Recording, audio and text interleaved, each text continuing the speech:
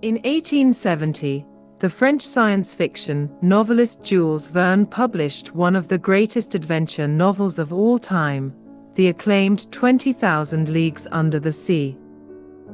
Its depiction of Captain Nemo's underwater ship, the Nautilus, is astonishing, as it accurately described many features of modern submarines almost a century before their appearance. The story begins in the year 1866, when the ships of various nationalities sight a mysterious sea monster, which, it is later suggested, might be a gigantic narwhal. The U.S. government assembles an expedition in New York City to find and destroy the monster. Professor Pierre Aronnax, a French marine biologist and the story's narrator, is in town at the time and receives a last-minute invitation to join the expedition, and he accepts. Canadian whaler and master harpooner Ned Land and Aronnax's faithful manservant Conseil are also among the participants. The expedition leaves Brooklyn aboard the United States Navy frigate Abraham Lincoln, then travels south around Cape Horn into the Pacific Ocean.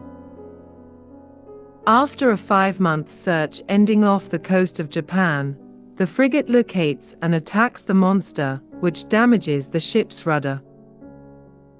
Aronnax and Land are hurled into the sea, and Conseil jumps into the water after them. They survive by climbing onto the monster, which, they are startled to find, is a futuristic submarine. They wait on the deck of the vessel until morning, when they are captured, hauled inside, and introduced to the submarine's mysterious constructor and commander, Captain Nemo. In 2009, Victory Point Games released the first edition of a board game entitled Nemo's War. This was followed in 2017 with the second edition, which greatly expanded the game's components and rules.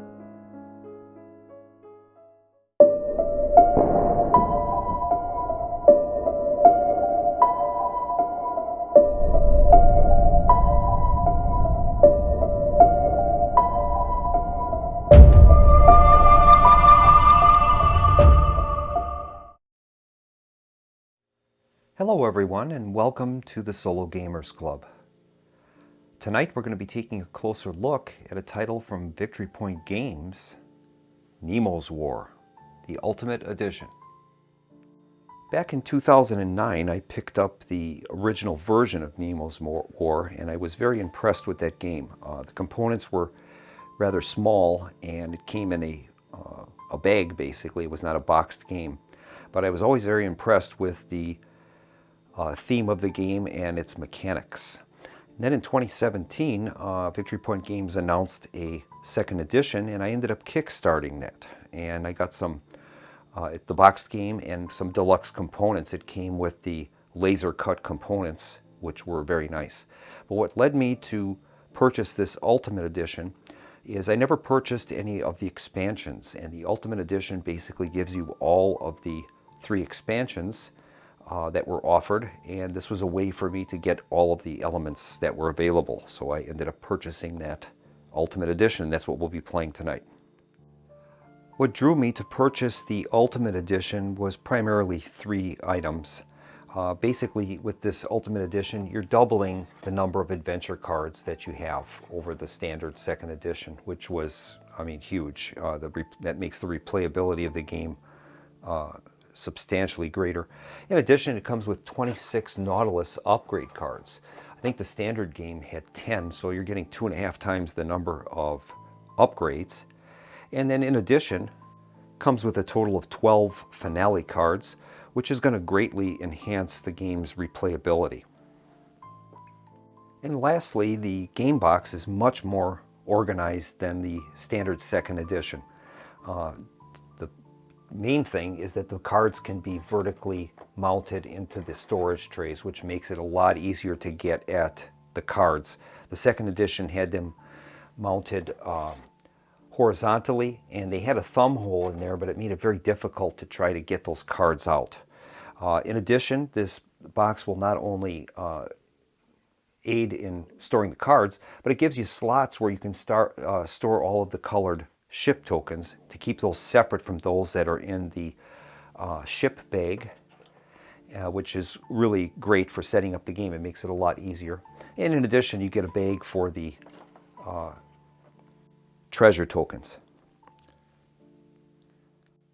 In the game, we'll take on the role of Captain Nemo and will command his extraordinary submersible, the Nautilus, as we explore the oceans, fight the ships of the imperial nations of the world, recover mysterious treasures, and chronicle amazing wonders beneath the sea. To win the game, Nemo must survive and amass the most victory points possible by sinking ships, finding treasures, passing tests, generating scientific discoveries, and fomenting uprisings within the overseas colonies of the world's imperial powers. Nemo can instantly lose the game in 3 ways. The first way is that a ship resource would become depleted. Either of these tracks would hit the defeat location on the track, we would instantly lose the game. Second way that Nemo can instantly lose the game is if the notoriety track ever reaches the defeat location for the motive that we're playing. In this case, we're going to be playing the motive Explorer, so whenever the notoriety would reach 36 or greater, Nemo would instantly lose the game. So I'm going to mark that with a fire token. That didn't come with the game, that's one of my own. But that'll be a way to prompt myself as to that's a danger spot for us. We can instantly lose the game there. And finally, the last way we can instantly lose the game is if the world's oceans become completely filled with ships. If that happens and we need to place a ship and there's no place to put it, we will instantly lose the game.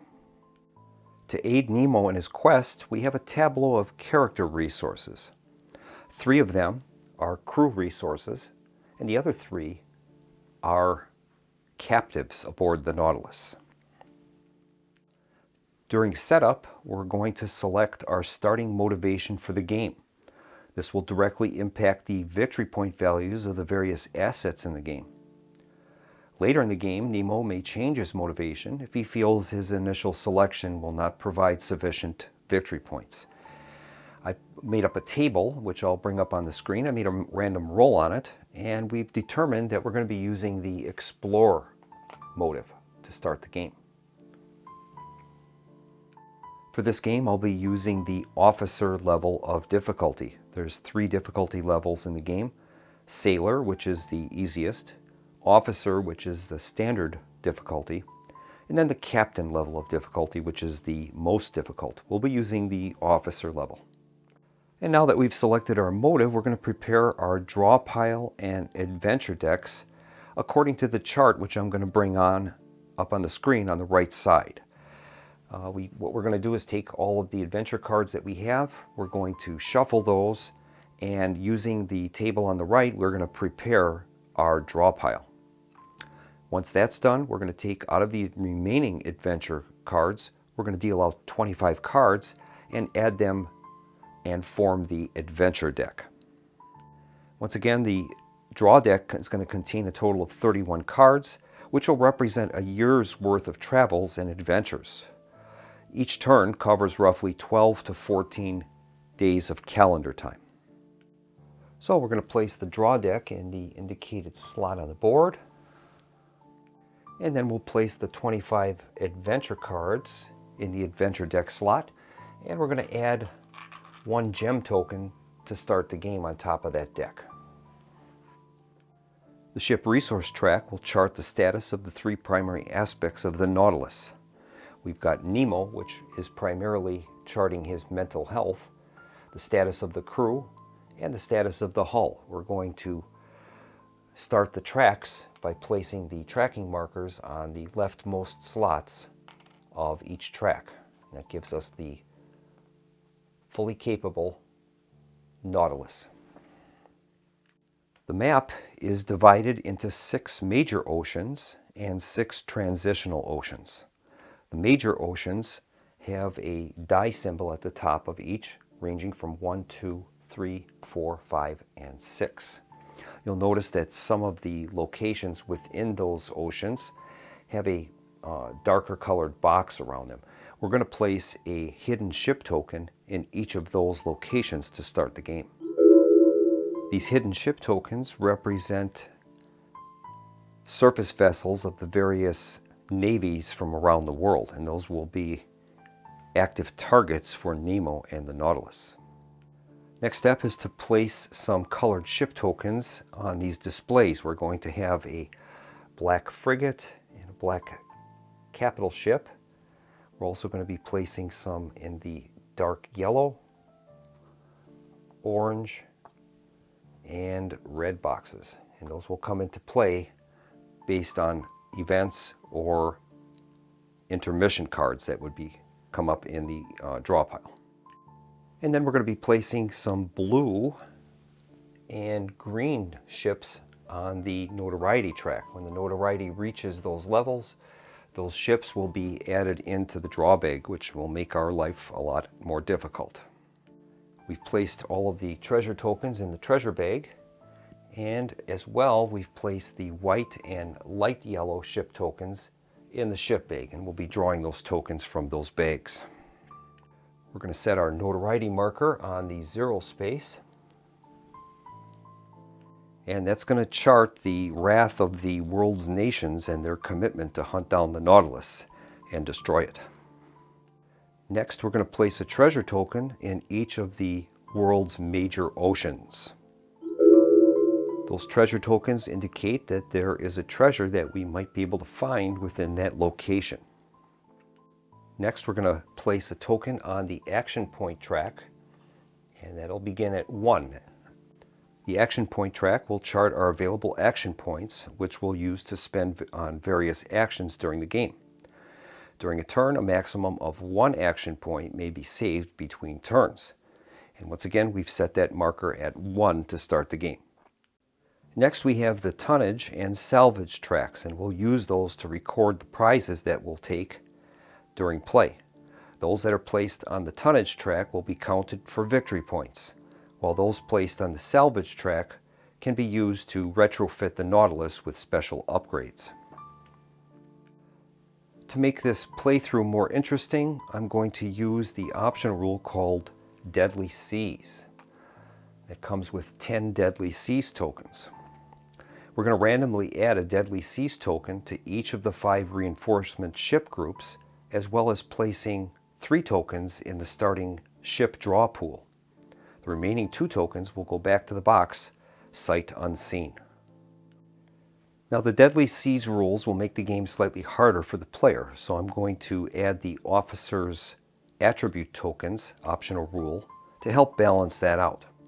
I've placed the officer's attributes into a draw cup, and we're going to draw a total of 4 attributes. 1 for the second officer, 1 for the chief engineer, and 2 for the first officer. So we'll see what we come up with here. We'll draw the chief engineer first. And he gets the attribute organized. We can discard for 1 action. Sometimes they have other things on the back. In this case, they don't. Secondly, we'll draw 1 for the second officer, and he gets mechanic. We can discard it to cancel all hull losses from 1 occasion. And on the back, we could discard 1 available upgrade card. All right. And now we're going to make 2 draws for the first officer. First one is lucky. Roll 1d6 after sacrificing this character. If we turn it over, on a 4, 5, or 6, the officer will survive. Do not flip the character tile. That's great. Now her second upgrade is daring. Discard to cancel all crew losses from 1 occasion. And on the back, it just says the daring. It's going to increase notoriety by 1. All right. Incidentally, if the character is sacrificed before we're able to use those upgrades, the upgrades are lost. Now the first decision we have to make is to decide whether we want to begin the game with a starting upgrade on the Nautilus already in place. We're playing the Explore motive, so the Explore motive upgrade is the Hydro Drive. And that would cost us a total of 3 crew resources in order to acquire. Each time you perform a move action, you can move the Nautilus up to 2 consecutive oceans. That's pretty important, so I think we are probably going to end up doing that. Now, in order to pay for that, we are going to have to reduce a total of 3 ship resources. So we could move any one of these down 3. We could move one down 2 and another one down 1, or each one could go down 1. I think that's what we'll do, is we're just going to shift all of these down one slot, and that'll pay for our Hydro Drive. And the Hydro Drive reads, by compressing water taken in at the ship's bow and shooting it back into the ocean at an increased velocity from the ship's stern like a jet, the Nautilus could make an amazing 20 knots on the surface for an extended time. For the remaining Nautilus upgrades, I'm going to use the quick start rules, and we're simply going to shuffle all the remaining upgrades and deal out 4 face up to start the game. Additional upgrades may become available during the game. So we're going to give our deck a cut, and we're going to place out 4 face up, and that's what we're going to start the game with. So we'll see what we've got here. First one is Nemo's Sanctorium. Next one is Hospital Machines. And we've got Reinforced Armor. And finally, Clockwork Cipher. And those will be available for us to purchase during the game. The game is now set, and we begin play by drawing and resolving the top card from the draw pile. And the cards revealed to be Act 1, the Prologue.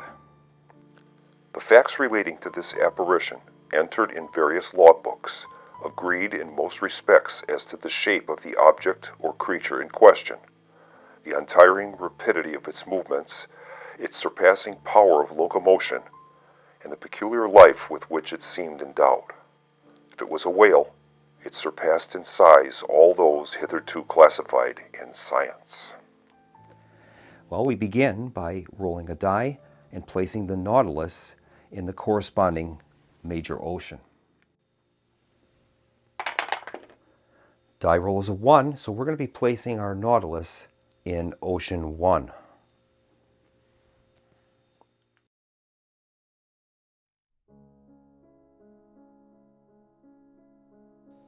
And the next part of that prologue is we're going to commence play with the next card.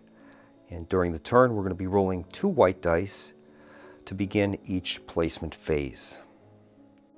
One thing I love about this game is that almost all of the rules necessary to play the game are found on the board in some fashion. You rarely have to consult the rule book once you've read it and understand the concepts.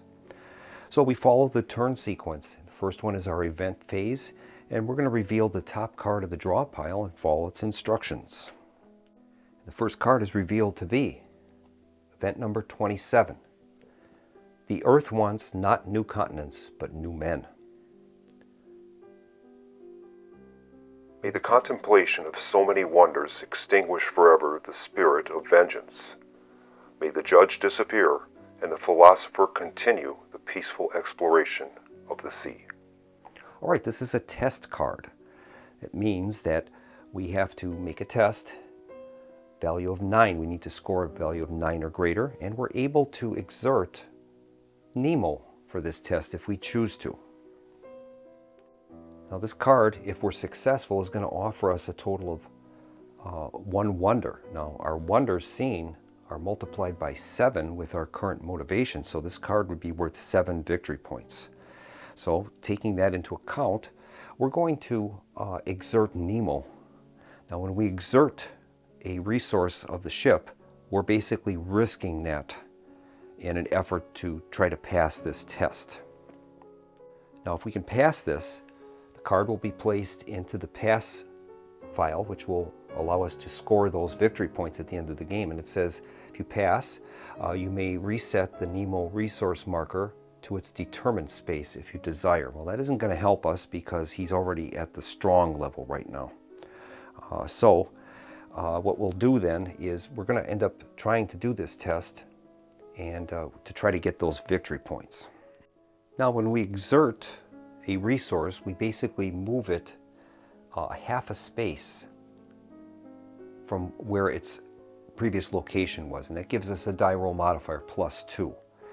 Now, if we're able to pass this, we can reset that resource back to where it was. However, if we fail the test, the resource will take a variable amount of damage.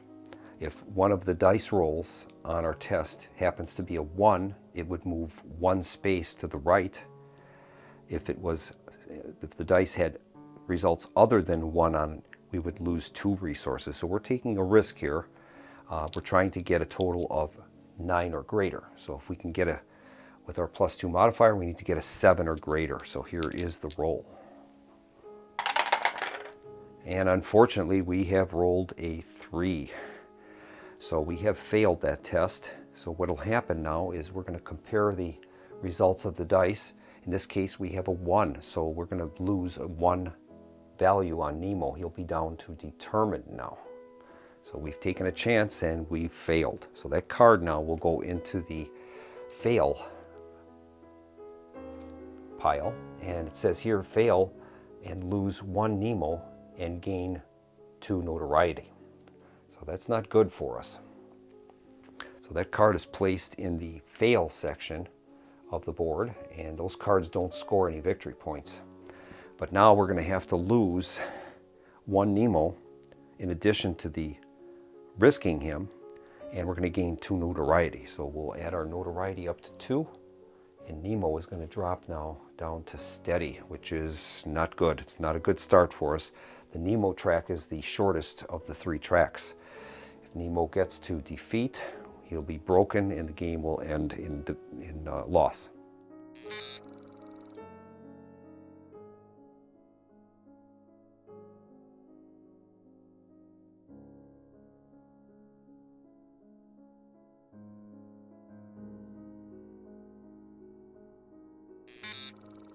Now our next step is the placement phase. We're going to roll dice shown on our current act card, in this case 2 white dice, and we're going to place a ship token in the locations rolled, and if there's doubles we would have what's known as a lull turn. So we'll make our ship placement roll, and this is also going to determine our action points. The differential between the 2 dice will determine our action points. Okay, we rolled a 4 and a 5, so we're going to have to place ship tokens in Ocean 4 and Ocean 5, and the differential on that is 5 minus 4, which is 1. We began the game with 1 action point, and we've gotten 1 from the roll, so we'll move that up another 1. We're up to 2 now. But now we have to place ship tokens in Oceans 4 and 5. So we have slots available to place the tokens in 4 and 5. So we're going to place a hidden ship token in 4 and another one in 5. And now as we had a ship differential of 1, this is going to be a standard turn. So we're going to go through our standard turn procedure. Placement phase, place the ship tokens, which we've done, and we've gotten our differential of 1, and we've marked that accordingly on the action chart. Now we can take our actions. So we have a total of 2 action points that we can spend. I'll bring up the action costs chart, and that will list the various costs of different actions that we can perform. Now the whole game is predicated on us not only surviving this intact, but also acquiring the most victory points possible. Now with this explore motivation, we can see what the values of the various assets would be during victory point scoring. We can see that wonders seen are times 7. So for each wonder seen, we'd be worth 7 victory points. Science discoveries would be worth 4 times the number. Liberation times 3. Treasure tokens would be +1 each. Adventure cards are their face value. Non-warships sunk would be face value. And warships sunk would be -1 each. So we want to focus our actions on trying to gain the most victory points possible. The Nautilus is currently located in the Western Pacific. So I think what we're going to do, there is an available treasure token there. I think we're going to do a search action. And that's going to allow us to attempt to draw a treasure token. Now, in order to perform a search action, we're going to make a die roll, and there's various things we can do to modify that roll. The first one is we can exert any one ship resource, and it's going to give us a dice roll modifier to attempt to perform this search action. Once again, now we're risking those ship resources when we do this. If we happen to fail, that resource is going to be degraded by 1 or 2 spaces. Another option we can do is if we had the Arcane Library, that would give us a +1 to our dice roll modifier.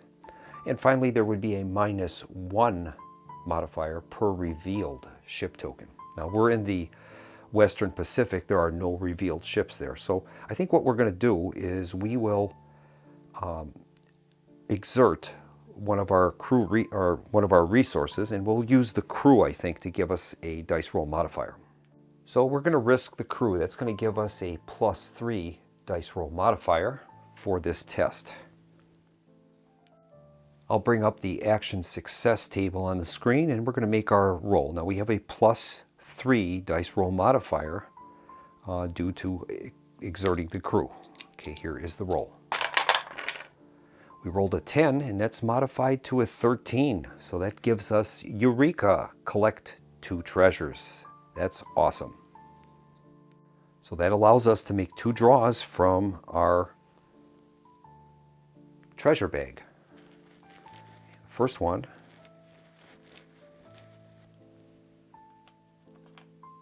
is worth 4 points. All right, second one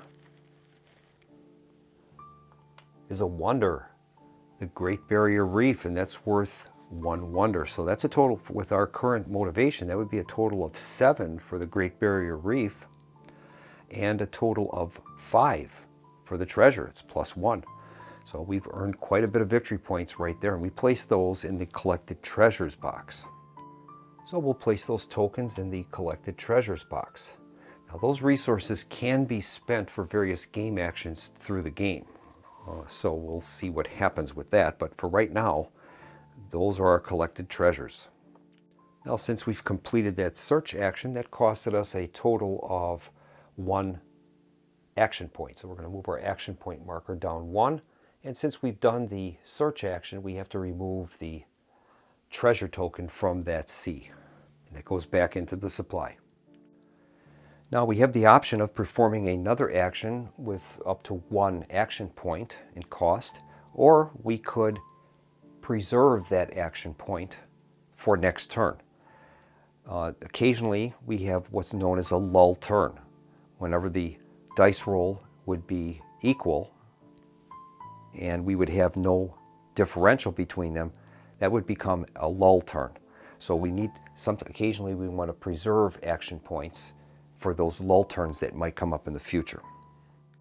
But I think we'll try to be a little bit more aggressive, and we're going to spend that action point and we're going to conduct an attack. We can have an attack of either bold or stalk. A bold attack allows us to make a standard attack. There's no dice roll modifier for that. And that would allow us to attack multiple ships within that ocean. Our other option is what's known as a stalk attack. Stalk attack provides us with a +1 dice roll modifier for the attack, but it limits us to only 1 attack with that 1 action point. I think that's what we're going to select. So we're going to select a stalk attack on that vessel. When we have a hidden ship and we're stalking it, we're able to draw a ship token from the bag and find out what the characteristics of that ship are. And we've drawn the Royal Adelaide. It's a freighter. All right, now that has a victory point value of 3, and its defense level is a 10, so we need to score a 10 or greater to sink the ship. Now during an attack, as long as this is not a warship, if it was a warship, there would be a value in the upper left-hand corner of the ship token. This is a non-warship, so the Nautilus can make its attack. We're going to roll 2 dice, and if we can get a total value of its defense or greater, we'll be able to sink the ship. Now we're able to apply some modifiers, and we're gaining +1 because it's a stalk attack. We can also exert a ship resource. Now at the conclusion of that last test, I should have moved that back to fresh. We were able to pass that test. We're going to re-exert that again, so we're going to gain a +3 modifier, and we're going to gain +1 for the stalk attack. So we'll be rolling a total of 2 dice, and we'll be modifying that by +4. And here's our roll. We rolled a total of 8. We're adding 4 to that, so that's a total of 12. We've exceeded the defense of the ship. So that ship now is sunk.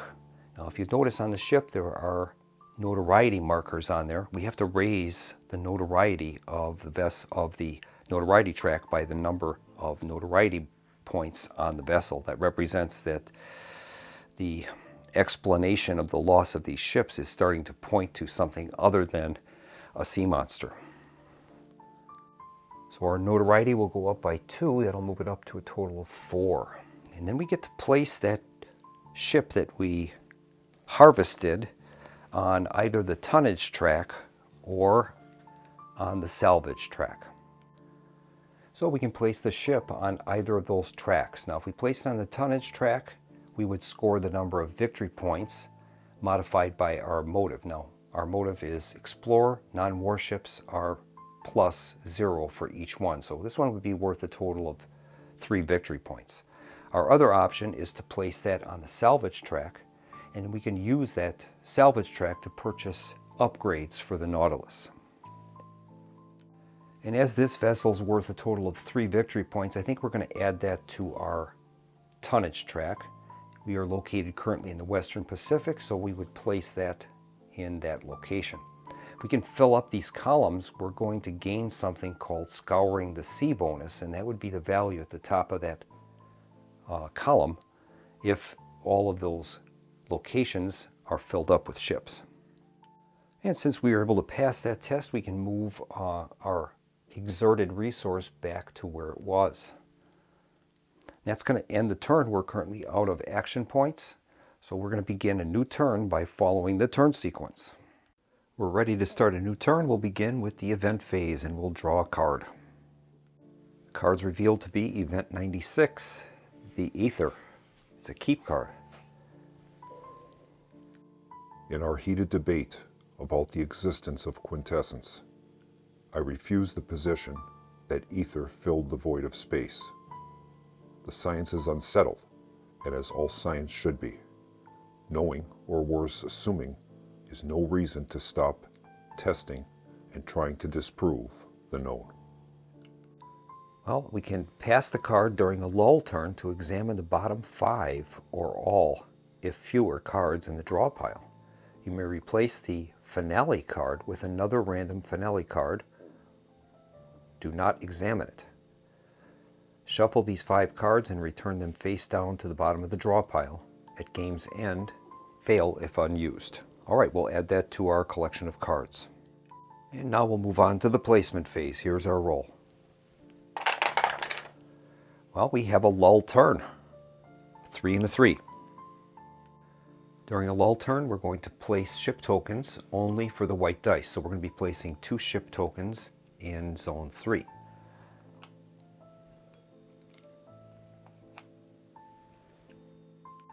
Then we're going to place a treasure on the doubles ocean and on the adventure deck. Now the doubles ocean already has a treasure token, but we can have that spill over into an adjoining ocean that does not have one. And in this case, the Arctic Ocean would be connected, so we'll place one there. In addition, we'll place an additional token on the adventure deck. Next step in a lull turn is we would check the uprising cubes that have been placed on the board, and we would make die rolls to see if those uprisings are suppressed by the Imperialists. Well, we have none placed. And finally, we're going to receive 0 action points. Now, we haven't saved any action points from the previous turn, so the only way we're going to be able to generate some action points would be through some of our crew members, our characters rather. And I think this is a good time. We're going to use the Chief Engineer's Organized ability. We can discard for 1 action, and that's what we'll do. There's nothing on the reverse side, so we're going to add 1 action to our action point track. And now we can use that action point to take an action. Now, during a lull turn, costs of those that are 2 are now down to 1. So we could take one of those higher cost actions possibly.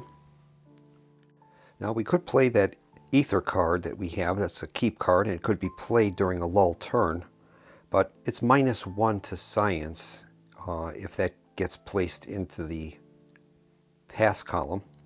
And that would involve replacing possibly the finale card, which we really don't want to do at this point. So I think we'll wait on that. I think what I will do is for 1 point, we're going to undertake an adventure here. So we'll deduct 1 point of action and we're going to undertake an adventure. That adventure is event 14, Troubled Dreams. It's a test 8. I tried to keep my eyes open, but they closed in spite of me. I was in the grip of anguished hallucinations. All right, this card really has no value. We're getting +0 for adventures, so I'm not going to risk any of Nemo's ability on this. If we fail, we just simply fail. So we'll make the test and see if we can pass it. All right, and here's the test. Rolls a 5, so we failed that. That's going to go into the fail category. But there were 2 treasure tokens on the adventure deck. So we'll be able to draw 2 treasures from the bag. First one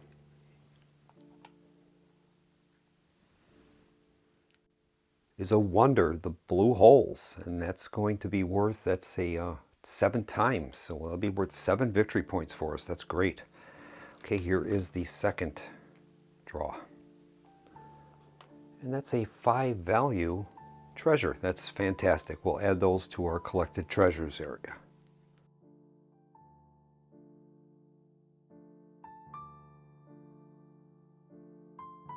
And that completes the turn. We'll start a new turn with the event phase. Event is revealed to be Event 88, the Science Officer. This card is a play card. There was no science officer aboard. The captain ably filled that role. Nemo invited me to his sanctum and in a level tone proposed that I serve as the ship's science officer with all it implied. Quell proposition. We can pass the card to immediately sacrifice Professor Aronnax. Keep this card as a reminder of that. For the rest of the game, you receive a +1 die roll modifier for any and all test rolls, including ship attacks, that award science or fail and lose 1 Nemo. Well, we don't want to lose any more Nemo, that's for sure. He's at steady right now. That would put him to erratic. So we are going to pass the card, and we'll keep that. That's going to give us a +1 DRM for any and all test rolls, including ship attacks that award science. All right, but that's going to have us sacrifice Aronnax, unfortunately. So Professor Aronnax is going to be sacrificed, and that is going to raise the notoriety by 1. Notoriety will rise up to 5 now. And now we'll make our ship placement roll. We have a 1 and a 4. That's going to give us a differential of 3. So we'll move up our action points to 3. We have to place ships in 1 and 4 of the oceans. So we'll place a hidden ship token in the Western Pacific and one in the South Atlantic.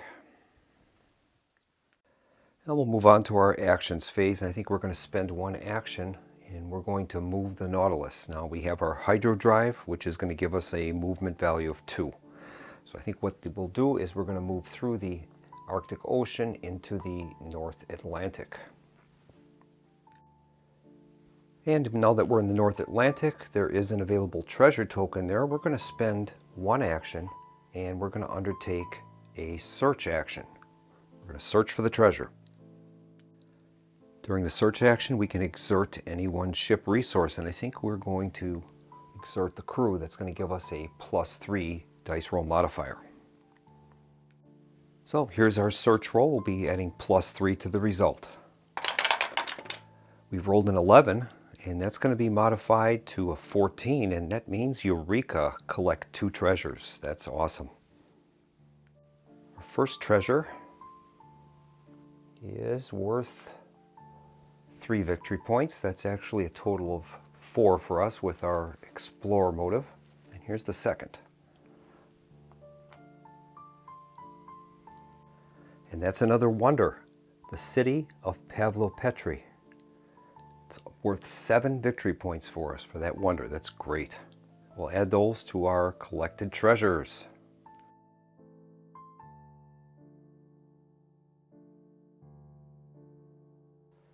So that treasure token in North Atlantic is removed, and we still have 1 action point remaining. And I think we're going to make a sneak attack on this hidden vessel. So we'll make a draw from the ship bag and see what the specifications of that target are. Now during a sneak attack, we are allowed to cancel the attack. We can't do that on a standard attack. Okay, here is the ship. That is a British passenger ship, the Chance. It has a strength of 10 and has a value of 3 victory points. So we're going to be making a sneak attack on that. And once again, I'm going to exert the crew. It's going to give us a +3 modifier. We're also going to gain +1 for the sneak attack. So it looks like we're going to need a 6 or greater to sink the Chance. And here's the roll. And we rolled a 6. With our +4 modifier, we've sunk the vessel, and that is outstanding. Now, unfortunately, that is going to raise the notoriety by 2. Our notoriety now is at 7. So we're quickly approaching that stack of blue ships once we reach 14. Well, although I would like to place the ship in the salvage area, I think we're better served to place it in the North Atlantic tonnage track. It's worth 3 victory points, and I would much rather place 1 or 2 value ships on the salvage track rather than these more high value targets. And that's going to complete the turn, and we'll move on to another round. And we'll move on to another event phase in the North Atlantic. The card's revealed to be Event 16, the Indian Ocean, and that's a keep card. Now we begin the second part of this voyage under the seas. The first ended that moving scene at the Coral Cemetery, which left a profound impression on my mind. And so Captain Nemo would live out his life entirely in the heart of this immense sea, and even his grave lay ready in its impeccable depths. Well, that's a keep card, and we can play that when the Nautilus is in the Indian Ocean. And we can pass it and gain 1 Nemo and 1 notoriety. If unplayed at the game's end, it fails and it's unused. Well, we're definitely going to do that. Nemo definitely needs to be recovered in some case. So we're going to try to make our way to the Indian Ocean, no doubt. And now we'll make our placement roll. We roll a 5 and a 6. The differential is 1, so we'll mark 1 action point for us. And we're going to place ships in oceans 5 and 6. Now we always have to start with the lowest numbered ocean, so we have to place one in the European seas. Well, that's filled up. So what we're able to do is if there is an opening in an adjacent ocean, we can place it there. So we could place it in the North Atlantic or by this Suez Canal connection, which is strictly a connection for placement purposes. And I think we'll place it in the Indian Ocean. It covers the placement for 5, and now we'll place one in 6. And that is going to fill up the Indian Ocean. All right. And now for our action phase, I think we're going to spend our 1 point that we have, and we're going to move the Nautilus to the South Atlantic. There is a treasure token there that we can attempt to gather, and I think that'll help us make our way towards the Indian Ocean. We'll be able to play that card and maybe get some recovery for Nemo. All right, that completes the turn, and we'll begin with a new turn sequence with the event phase. And that card is revealed to be Event 76, Cape Horn, and that's a test of 7. The wind, waves, currents, and icebergs swirling forever west to east, without land to stop them. Ned's explanation paused and his brow furrowed in thought. It's a bad place. All right, we have to perform a level 7 test. We cannot exert any of the crew resources. And here's the test roll. Roll is a 9. We've passed it. And the pass condition is pass and lose 1 hull and gain either 1 Nemo or 1 crew. That's great, and that's worth 4 adventure points. So we're going to place that into the pass stack, and then we're going to lose a crew. Lose a hull, and then I think we're going to increase Nemo, of course. So we've lost a hull. We're in fighting trim, but Nemo is increased now, and he's back up to determined, which is great. I was a little concerned about the Nemo's mental stability after our initial failure with him. And now we'll make our placement roll. All right, we have a roll of a 2 and a 4. That's a differential of 2. It'll give us 2 action points. And we have to place ships in oceans 2 and 4. So we'll place a hidden ship token in the Eastern Pacific. And the South Atlantic is full. So we have the option of placing one in Cape Horn or the Cape of Good Hope. And I think we'll place that in Cape Horn. All right. And we'll begin our action phase now. We're going to spend 1 action, and we're going to undertake a search action for that treasure token. And we're going to exert our crew. That'll give us a +3 die roll modifier, and we'll make the roll. Rolls an 8, that's modified to an 11, and that's a success. We're going to gain 1 treasure token. Let's see what we find. And we gain a small treasure worth 2 points +1 for our motive, which will be worth 3 victory points. We'll place that in our collected treasures area. And so that treasure token is going to be returned to the supply. And we have 1 action point remaining. And I think for our last action, we're going to make a stalk attack against that hidden ship in the South Atlantic. And the ship is revealed to be another British flag ship, the Agamemnon. It's a freighter. It's worth 2 victory points and has a hull value of 8. So we're going to target that with a stalk attack. We're going to exert the crew. That'll give us a +3. And here is the attack roll. We also gain +1 for our sneak attack, so it's +4. We rolled a 7, and that's more than enough to sink the Agamemnon. And I think we're going to place that one into the salvage track. Our notoriety will go up 1. We're going to be at 8 now. And we'll place the Agamemnon in the salvage track. And so we'll place that ship on the salvage track. Now that's worth, not the victory points, but it's worth 1 salvage point. that we can use eventually to try to purchase some of these upgrades for the Nautilus. And that's going to complete the round, and I think we're going to end the video here. We'll regroup again soon and continue on with our playthrough of Nemo's War. Thanks so much for joining me at the Solo Gamers Club, and I hope you're enjoying this playthrough. Look forward to seeing you again on the channel, and in the meantime, have a nice evening.